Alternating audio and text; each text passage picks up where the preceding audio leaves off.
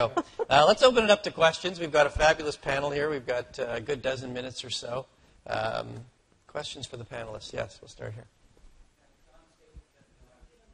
Yeah. Thanks very much. We know that GDP is agnostic to inequality.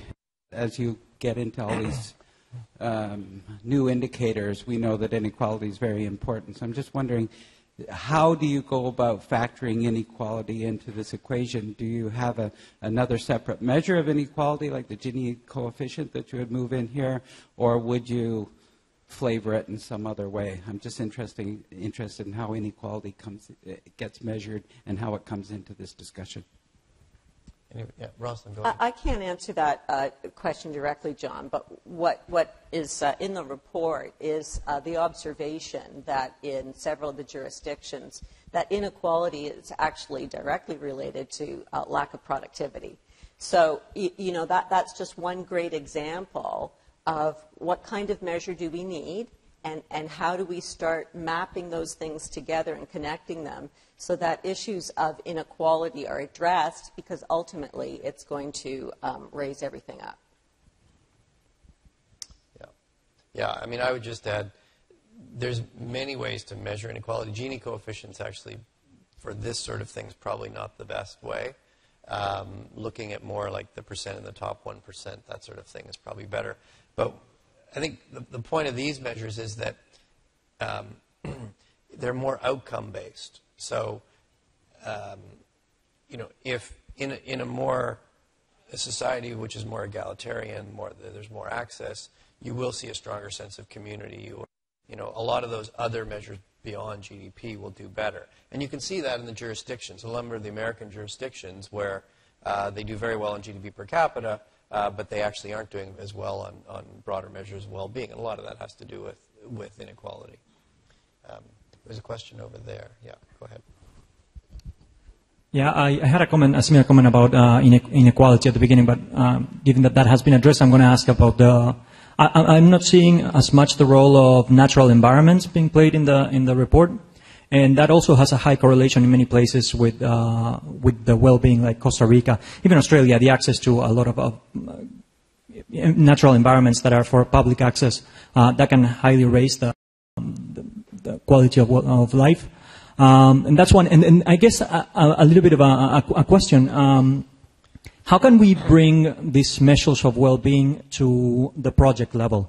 So instead of keep measuring things on a cost-benefit analysis basis, that is basically how to improve GDP, how to bring projects into a way, what measures, what can we do just to measure on a well-being basis at the project level and not just at the macro? Do you have any results on access to natural environments? Well, there's three things I'll try to weave together. With respect to the inequality, I mean, one of the things that we do with our national and provincial indicator approach is that we very consciously select indicators that are good conceptual fits for the domains, but are relatively generic so that we have the opportunity to actually break them down to see which groups might be most disadvantaged with respect to the things that we're measuring. So, you know, with indicators, we're obviously sort of regressing to the mean, but there's a lot of variation around them. So who's in the sort of lower tail of the distribution that may not be doing so well in certain areas? When that ties in with things like the environment, we have that domain in there, and we use you know, an approach that tries to respect how the environment actually contributes to our well-being, but what we actually do that might be diminishing the environment because we know it's so important to our overall well-being. You know, so we have measures, you know, that obviously reflect, you know, the tremendous resource base that contributes to our economy and you know, people's lives overall, but also things like greenhouse gas emissions and so forth. I mean, residential energy use is going down, which is a positive sign and shows people stepping up to try to do something about, you know, the environment themselves.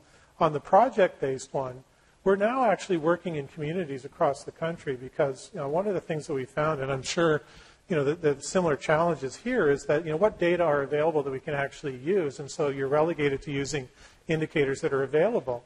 You know, that's a huge challenge. So when we were asked by communities to do well-being indices at the community level, the data just are not available. So, I'd like to say it was this intellectual epiphany I had. It was really a duh moment.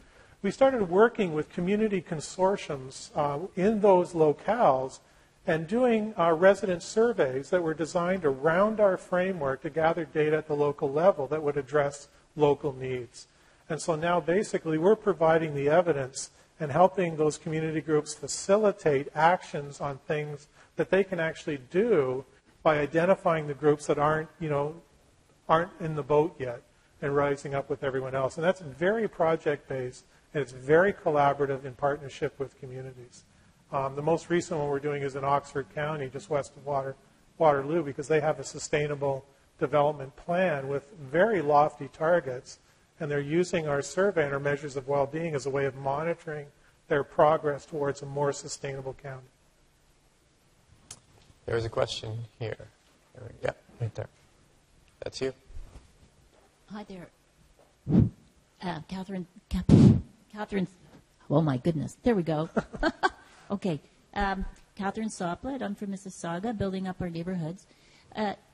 After 2010 and the collapse of the Canada-Ontario immigration agreement, there were years of pinching of settlement funding to all of the major cities across Canada, and I'm wondering if you would like to comment on how that may, from 2010 to 2014, helped predict the trajectory of the decline.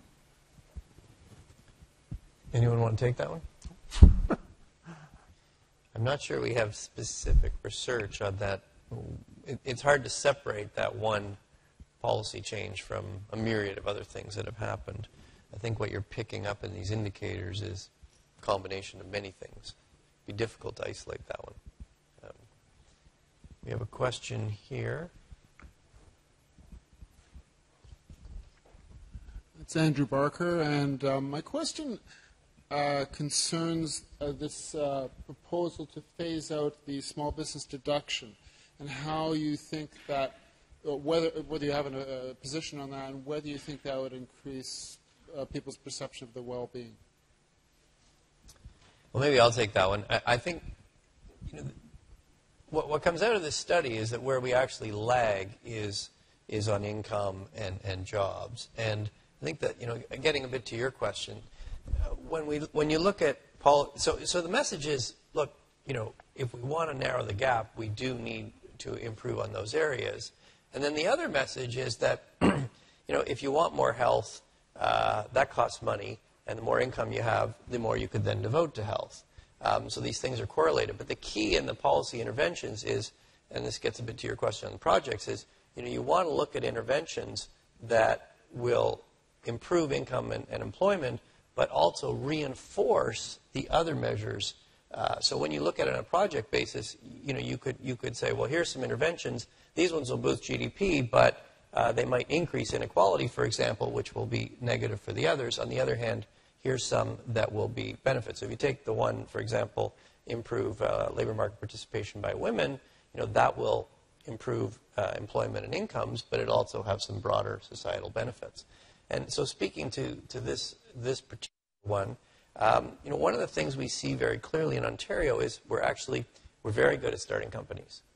We have lots of company formation, and companies grow initially. But, as Jamison was saying, one of the real challenges in Ontario is, and particularly as markets have become more global, is you really need to scale up to achieve global scale, get economies of scale, get global markets. That's how you actually create significant job growth. Starting a company actually doesn't create that many jobs. They're very small. Where you create a lot of jobs is where you get a high growth company that is growing from 10 million to 20 million to 100 million to $500 million company. The more high growth companies you have, that's really what generates jobs and income. And when you look at some of the features of our tax system, instead of actually encouraging companies to scale up, it favors them to stay small. And we can even see this in the data. There's a lot of companies that are just below the tax limit. And in fact, there's evidence that people, rather than growing their existing company, they start a new small company so they don't go through the tax threshold. So if we could flatten out the the tax incentives so that rather than discouraging companies from growing to encouraging them from growing, our view is that that could be helpful in getting more high-growth companies, which would be key to getting more income and growth. Well, just very quickly, I think this is a very interesting intervention because it gets at people's motivation. Now, I like to just caution that I think this is wonderful, and but, we also know that people don't like losses. So we're going to see if we just propose this policy change. I guess what I'm trying to say is that we're going to propose this, and if we actually carry this out, there are behavioral interventions to tone down the negative implication in terms of the losses, really focusing people's attention on the gains and really show them a somewhat clear map in terms of how to grow from here to there, and maybe the success rate from going from small to medium size or even bigger size. And that way would put people in a different mindset, because what they would be focusing on is the immediate losses. We're going to see a lot of small business owners to be very unhappy. So that would lower their subjective well-being, but focusing on gains would sort of help mitigate that. Yeah, no, that's a very good point. And part of the way to do that is rather than remove something, is you can bring the other one down and you could level it off, or at least kind of meet in the middle, as opposed to making one group take all the losses.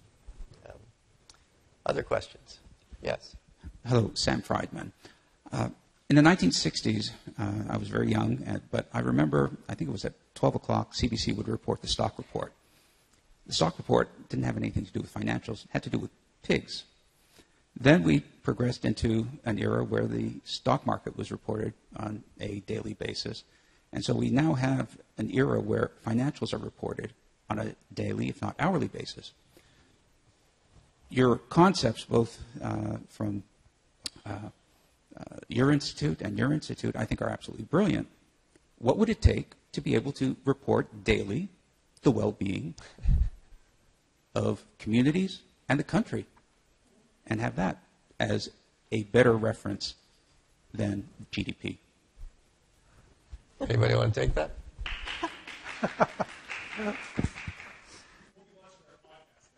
I love that idea. When we produce Vital Signs, we work with journalists, and we've had a 10-year conversation, I'll call it, about what sells newspapers, what sells online news. And I think you're onto something. I think that people, although they are attracted to bad news, they actually want to hear more good news. And I think that it relates back to your question about the natural environment and how do we begin to get the facts and figures that we could actually do that for communities. The City of Toronto has launched in the last few years Toronto Wellbeing. And so it mirrors a little bit of what the Canadian Index of Wellbeing is doing at a city level. And so, we're having a big discussion about parks in Toronto right now, the value of parks, and we're just talking about the money. It's all about the money. But what you're talking about is what is the value of having that green space in a densified city like Toronto? And that affects the well-being of people, and there's great studies that make those connections. So work on that idea, and happy to help. Now, I know most of you do have jobs and incomes which you need to earn, and I'm conscious that we need to get you to those jobs. So I'm afraid we're going to have to wrap things up, but let me just particularly thank our three panelists. I think you've really enriched our report with your added insights of your research, so thanks to the three of you. And